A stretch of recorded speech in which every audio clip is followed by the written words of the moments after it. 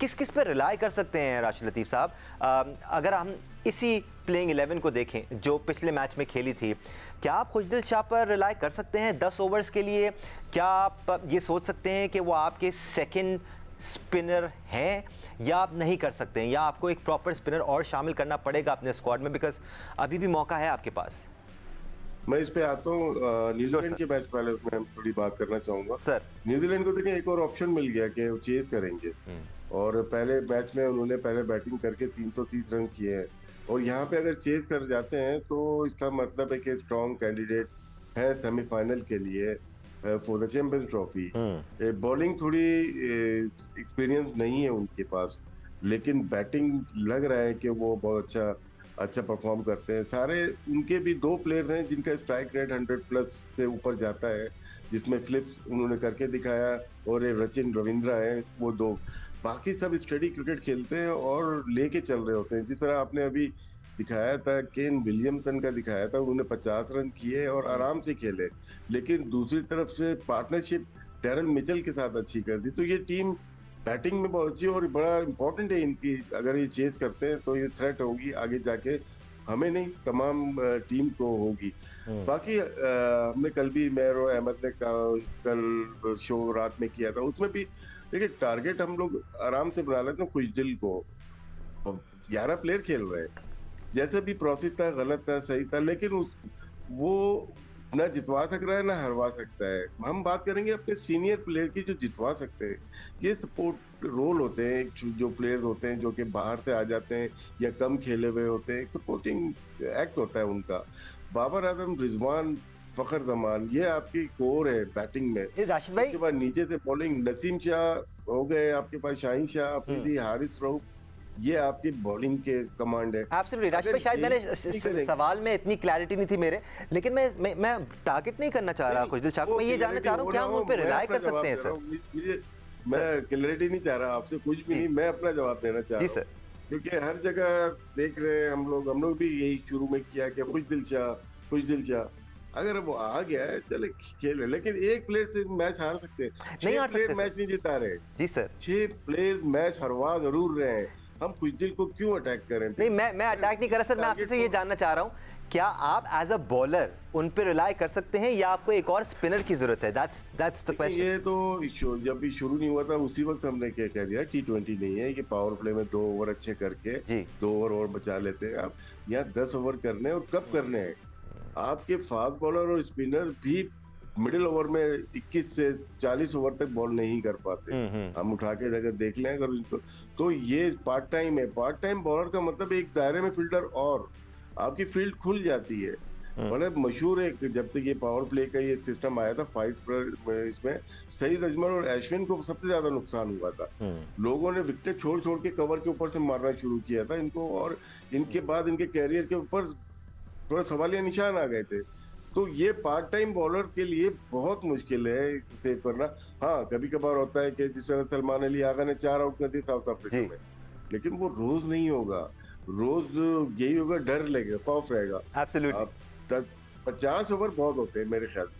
मैं यही सुनना चाह रहा था सिकंदर के पार्ट टाइम बॉलर हैं खुशदिल शाह। आई मीन ये एक्सपेक्ट करना उनसे कि वो पासा पलट देंगे मैच का, शायद थोड़ी सी नाइंसाफ़ी है, और फिर यहीं वो बाइसनेस वाली बात भी आ जाती है कि एक बंदे को टारगेट किया जा रहा है तो उसी की बात की जा रही है।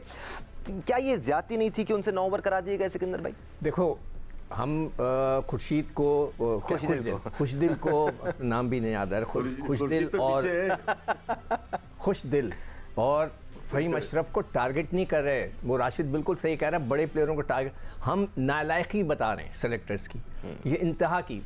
मॉर्निंग शो के अंदर मैं, इमरान सोहेल भी मेरे साथ था, मैंने ये सवाल डाला उनसे कि आपने क्या पूछा कभी उनसे, मैंने किया सवाल ये इमरान सोहेल से कि भाई आपने दूसरा स्पिनर क्यों नहीं रख रहे, सारी टीमें लेके आ रही हैं। तो इमरान सोहेल ने जवाब दिया कि जब हमने कप्तान से या किसी सेलेक्टर से ये पूछा, उन्होंने शायद सेलेक्टर से उन्होंने पूछा कि जनाब ये मुझे बताइए कि आपने दूसरा स्पिनर क्यों नहीं रखा, तो वो कहने लगे कि जी वो कंफर्ट जोन में है, उनके पास तो स्पिनर हैं, हम कंफर्ट जोन में नहीं। तो मेरे भाई सेलेक्टर साहब, ये कंफर्ट जोन का उन्होंने खरीदा था भारत ने या दूसरी टीमों ने, वो बनाते हैं जी। आप अभी उसामा मीर की बात हो रही है, आप, मैं भी देख रहा हूँ इंटरनेट नहीं चल रहा, उसामा मीर ने 20 मैच नहीं खेले हैं फर्स्ट क्लास के, 20, शायद उसके मैच 16 हैं या 15 हैं।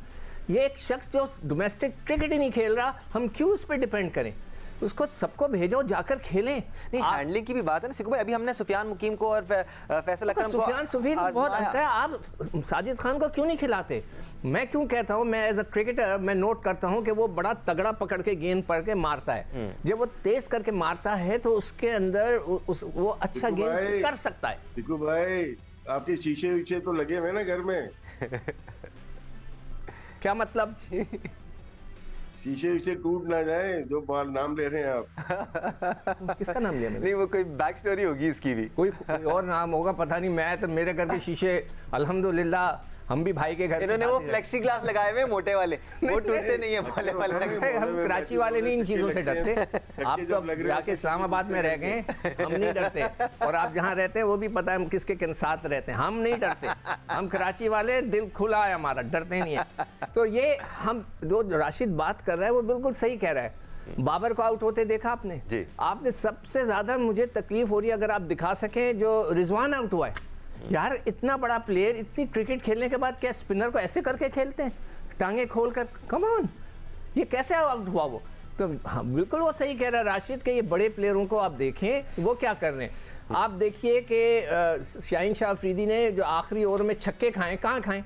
सारे मिड विकेट, ठक ठक। क्या मतलब हुआ? आप शॉर्ट गेंद कर रहे हैं यार, यॉर्कर मारे, आप यॉर्कर्स कराते हैं, क्या हो गया आपको? Ahmad, what I want to know is, अगर आप पाकिस्तानी बॉलर्स को देखें, खुशदिल शाह ने 9 ओवर कराए। आई एम सॉरी, मैं ये मेंशन कर रहा हूँ कि किसने कितने ओवर कराए, बिकॉज यहाँ कैप्टनसी की बात हो रही है कि किस प्लेयर को किस तरह यूटिलाइज किया गया। सलमान अली आगा जो पाकिस्तान खेलते आ रहे हैं, उनको एक्सपीरियंस था, उनको कॉन्फिडेंस था, उनसे ओवर भी कराए गए, टेस्ट में भी उन्होंने ओवर कराए गए। वो कराते हैं 4.4 ओवर और खुशदिल शाह कराते हैं 9 over. Do you think that's good captaincy?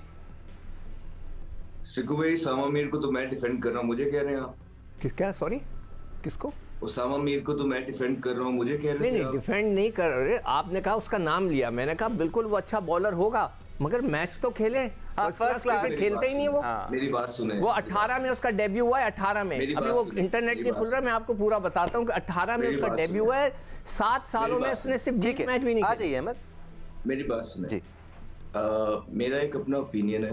हाँ, आपको मैंने बोला ही नहीं, आपका नाम ही नहीं लिया। बेटर ये होता है कि जो शख्स अपना ओपिनियन दे रहा है, ठीक है, उसकी रिस्पेक्ट की जाए और उस पर बात ना की जाए। शायद हो सकता है इस तरह के बहुत ज्यादा चीजें आप भी बोलते हैं जिस पे मेरा ओपिनियन अलग हो, लेकिन मैंने कभी भी उसको क्रॉस नहीं किया। I would expect the same from you as well national TV के ऊपर। And the other thing is, देखिए, सलमान अली आगा की जहां तक आपने बात की है, जब तक राइटी खेल रहे थे बड़ा अच्छा यूटिलाइज किया रिजवान ने खुशदिल शाह पे, ठीक है। मजबूरन उनको सलमान अली आगा को लेके आना पड़ा क्योंकि रऊफ इंजर्ड हो गए थे। जिस दिन खब्बे खेल रहे होंगे वो सलमान अली आगा से ज्यादा बॉलिंग करवाएगा, और अगर वो अच्छे बॉलिंग कर रहा हो तो शायद पूरा ही कर जाएगा। जिस दिन राइटी खेल रहे होंगे तो वो खुशदिल शाह से कराएगा। That's how it will go. मुश्किल यही होने वाली है रिजवान के लिए, कैप्टन के लिए ही मुश्किलात होती हैं जब आपके पास बॉलिंग के रिसोर्सेज पूरे नहीं होते हैं, तो कुछ समझ नहीं लगती है क्या किया जाए, और इवेंचुअली स्कोर बड़ा लग जाता है, आप गेम्स को क्लोज नहीं कर सकते। जब आपकी बॉलिंग पूरी होती है ना, तो आप किल की तरफ जाते हैं, रूथलेस बन जाते हैं, ठीक है। आपका कोई भी बॉलर रूम नहीं देता कि जो आता है वो अटैक करता है और एक ऊपर चढ़ जाता है। जब आपके पास एक आधा लूप होल होता है ना कवर करने के लिए, तो वो जो प्रेशर का टाइम होता है वहां पे पार्टनरशिप्स डेवलप हो जाती हैं, जिसकी वजह से टीम बड़ा स्कोर करने में कामयाब हो जाती है। और ये मुश्किलात through out the champions trophy team Pakistan के साथ रहेंगी, और रिजवान को इसको मैनेज करना है। But at the same time ये सारे डिसीजंस रिजवान के होते ही हो रहे हैं। ये सिलेक्शन कमेटी के हैं, कोचिंग के हैं, रिजवान के हैं, और इस पे कोई ब्लेम नहीं है। और राशिद भाई की बात भी अपनी जगह बिल्कुल ठीक है कि यार आप बड़ी मछलियों की तरफ जाएं जिनके 6-8 इवेंट हो गए हैं। जब इस तरह के ब्लंडर्स पे थ्रू आउट बात होती रहेगी तो वो लोग नीचे से निकल जाएंगे। नहीं, अभी थोड़ा सा सिर्फ क्योंकि पहला 1-2 मैच हुए, ये बताना जरूरी था कि जो आप लोगों ने चीजें की हैं वो गलत की है। अब आहिस्ता आहिस्ता उसकी तरफ भी गेम आएगी, लेकिन पहले एक चीज तो स्टैम्प कर दे कि हाँ जी, आपकी जो प्लेइंग 11 लग रही है, जिस तरह आपने मैचेस खेले हैं, ये आपका एक लूप होल है जो through out the champions trophy आपके साथ चलेगा। Absolutely gentleman. इश्यूज जी सर। दानिश सर, देखिए जो कंडीशन के लिहाज से अगर हम जो खेल जीत के आए south Africa and Australia, condition के लिहाज से प्लेइंग 11 अच्छी थी, एक स्पिनर चाहिए था, उसने भी कम बॉलिंग की है। लेकिन यहाँ तो हमें चाहिए, स्पिनर्स चाहिए, और वही हमारी प्लेइंग 11 तकरीबन वही होगी।